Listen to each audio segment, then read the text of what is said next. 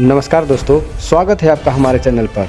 आज की बड़ी खबरें। नए साल में किसान होंगे माला माल। अमेरिका के राष्ट्रपति डोनाल्ड ट्रंप ने अपनी जनरल पॉम बॉडी को पद से हटा दिया। यह फैसला ऐसे समय में आया है जब उनकी कार्यशैली को लेकर लंबे समय से विवाद और असंतोष चल रहा था। वे अपने पूरे कार्यकाल में ट्रंप के एजेंडे पर चल ही रही थी, लेकिन इसके बावजूद उनकी छुट्टी कर दी गई। उन्हें ट्रंप के प्रति बेहद वफादार सहयोगी के रूप में देखा जाता था, लेकिन करीब 14 महीने के भीतर ही यह भरोसा टूट गया और उनका कार्यकाल विवादों के बीच खत्म हो गया। बिहार की राजनीति में नई सरकार को लेकर हलचल तेज होने वाली है। मुख्यमंत्री नीतीश कुमार 10 अप्रैल को राज्यसभा के सदस्य की शपथ लेंगे। इसके लिए वे 9 अप्रैल को दिल्ली जाएंगे। 10 अप्रैल को शपथ ग्रहण के बाद मुख्यमंत्री नीतीश कुमार की मुलाकात दिल्ली में एनडीए के कई अलग अलग नेताओं से होगी, जिसमें ताजा राजनीतिक हालात पर चर्चा होने की संभावना है। पश्चिम बंगाल विधानसभा चुनाव 2026 के पहले चरण के मतदान से ठीक 3 हफ्ते पहले राज्य वोटर लिस्ट की आग में सुलग उठा है। विशेष गहन पुनरीक्षण प्रक्रिया के दौरान बड़े पैमाने पर नाम काटे जाने के विरोध में गुरुवार को बंगाल के कई जिलों में उग्र प्रदर्शन हुए। मालदा के कालियाचक में जजों को बंधक बनाने की घटना के अगले ही दिन प्रदर्शनकारियों ने टायर जलाकर नेशनल हाईवे को जाम कर दिया। इससे उत्तर और दक्षिण बंगाल का संपर्क घंटों कटा रहा।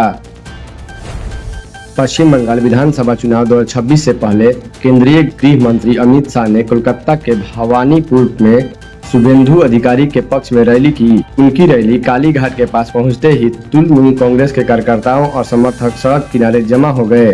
पार्टी के हरे सफेद झंडे लहरा रहे थे और जय बांग्ला और ममता बनर्जी जिंदाबाद के नारे लगा रहे थे। बिहार के पीरपैंती में बनने वाले थर्मल पावर प्लांट के लिए रेलवे कॉरिडोर और सड़क निर्माण का काम अब तेजी से होने वाला है। इसके लिए जमीन अधिग्रहण की प्रक्रिया शुरू कर दी गई है। भू अर्जन विभाग ने इस प्रोजेक्ट के लिए कुल 160.43 एकड़ जमीन चिन्हित की है। इस परियोजना के तहत परिपंथी अंचल के साथ मोजी, खीरबुपुर, इमानानपुर, बसंतपुर, करघट, हरिकाल, महेशराम और चौधरी बसंतपुर के जमीन ली गई जाएगी। इन सभी इलाकों के करीब 288 किसान की जमीन इस प्रोजेक्ट में शामिल होगी। ईरान के खिलाफ अमेरिकी की कार्रवाई अब नागरिक ढांचों पर भी होने लगी है। अमेरिकी राष्ट्रपति डोनाल्ड ट्रंप ने गुरुवार देर रात दावा किया है कि हवाई हमलों के जरिए ईरान के सबसे ऊंचे पुल को नष्ट कर दिया गया है।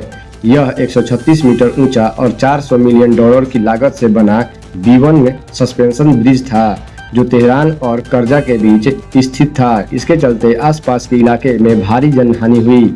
ईरानी मीडिया के अनुसार इन हमलों में कम से कम 8 नागरिकों के मारे जाने की खबर है और 95 अन्य घायल हुए हैं। एक वक्त था जब इंटरनेट पर कुछ गाने तेजी से वायरल होते थे, लेकिन उनके बोलों को लेकर अक्सर विवाद भी खड़े हो जाते थे। अब ऐसे ही एक पुराने विवादित गाने पर कोर्ट ने बड़ा फैसला सुनाया है, जिसमें म्यूजिक इंडस्ट्री में हलचल मचा दी है। दरअसल दिल्ली हाई कोर्ट ने मशहूर रैपर्स हनी सिंह और बादशाह के पुराने ट्रैक माफिया मुंडीर को लेकर सख्त रुख अपनाया है। कोर्ट ने आदेश दिया है कि इस गाने को यूट्यूब, स्पॉटिफाई समेत सभी डिजिटल प्लेटफॉर्म से पूरी तरह हटा दिया जाए।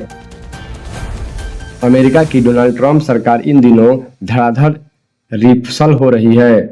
राष्ट्रपति ट्रंप अपने कैबिनेट से उन लोगों को बाहर निकाल रहे हैं जिनमें या जिनके काम से वो खुश नहीं है। गुरुवार को अटॉर्नी जनरल पॉम बॉडी को बर्खास्त कर दिया गया। ट्रंप प्रशासन में इस अनिश्चितता भरे माहौल में कुछ और लोगों को बाहर करने की अटकलें चल रही है। इसमें सबसे ऊपर FBI डायरेक्टर काश पटेल और नेशनल इंटेलिजेंस चीफ डायरेक्टर तुलसी गाबड़े का नाम है। ईरान के साथ जारी युद्ध के बीच अमेरिकी सेना के चीफ रेडी एजाज को उनके पद से हटा दिया गया है। अमेरिकी रक्षा मंत्री पीट हेगस्थेन ने उनके तत्काल सेवानिवृत्ति लेने के मजबूर किया। अचानक लिए गए इस फैसले के पीछे कोई स्पष्ट कारण नहीं बताया गया है। पेंटागन ने भी गुरुवार को इस कदम की पुष्टि की। यह फैसला ऐसे समय में लिया गया है जब अमेरिकी राष्ट्रपति डोनाल्ड ट्रंप ईरान युद्ध को जल्द समाप्त होने के लिए ऐलान कर रहे हैं। वहीं दूसरी ओर वे मिडिल ईस्ट में अपने सैनिक की संख्या भी बढ़ा रहे हैं। बंगाल चुनाव के बाद हिंसा की आशंका बनी हुई है। पहले भी खून बहा है। जाने गई है पिछले विधानसभा चुनाव में मारे गए अभिजीत सरकार से उनके उपचुनाव में तमन्ना की मौत तक। राज्य में कानून व्यवस्था की स्थिति पर बार बार सवाल उठते हैं। इतिहास को देखते हुए केंद्र इस बार अतिरिक्त सतर्कता बरत रहा है। चुनाव परिणाम घोषित होने के बाद भी केंद्रीय सशस्त्र पुलिस बल की 500 कंपनियां राज्य में तैनात होगी। चुनाव आयोग ने चुनाव के बाद कानून व्यवस्था बनाए रखने के हित में यह निर्णय लिया है। CAPF केंद्रीय सशस्त्र पुलिस बल की 500 कंपनियां तैनात रहेगी। खड़गपुर शहर के पुरी गेट इलाके में भाजपा नेता व उम्मीदवार दिलीप घोष के खिलाफ उस समय भारी विरोध प्रदर्शन देखने को मिला जब वे चुनाव प्रचार के लिए पहुंचे थे। स्थानीय तृणमूल कर्मियों के एक समूह ने उनके गाड़ी को घेरकर जोरदार प्रदर्शन किया। आरोप है कि प्रदर्शनकारियों ने गाड़ी के तोड़फोड़ की कोशिश भी की, जिससे इलाके में अफरा तफरी का माहौल बन गया है। कुछ समय के लिए यातायात बाधित हो गया था। तृणमूल नेता और मुख्यमंत्री ममता बनर्जी ने एक बार फिर कलियाचक कांड के लिए आयोग को दोषी ठहराया है।